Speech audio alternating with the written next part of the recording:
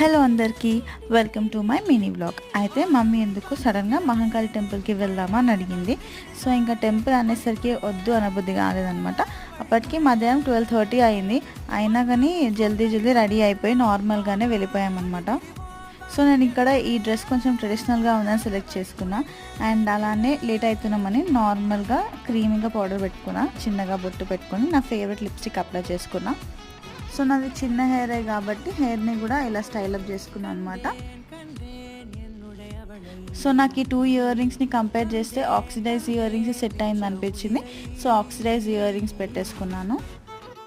And single bangles ఉంటే వేసేసుకొని అలానే సిందూర్ పెట్టుకున్నా. సో నా ఈ లుక్ మీకు ఎలా అనిపించిందో కామెంట్ చేయండి.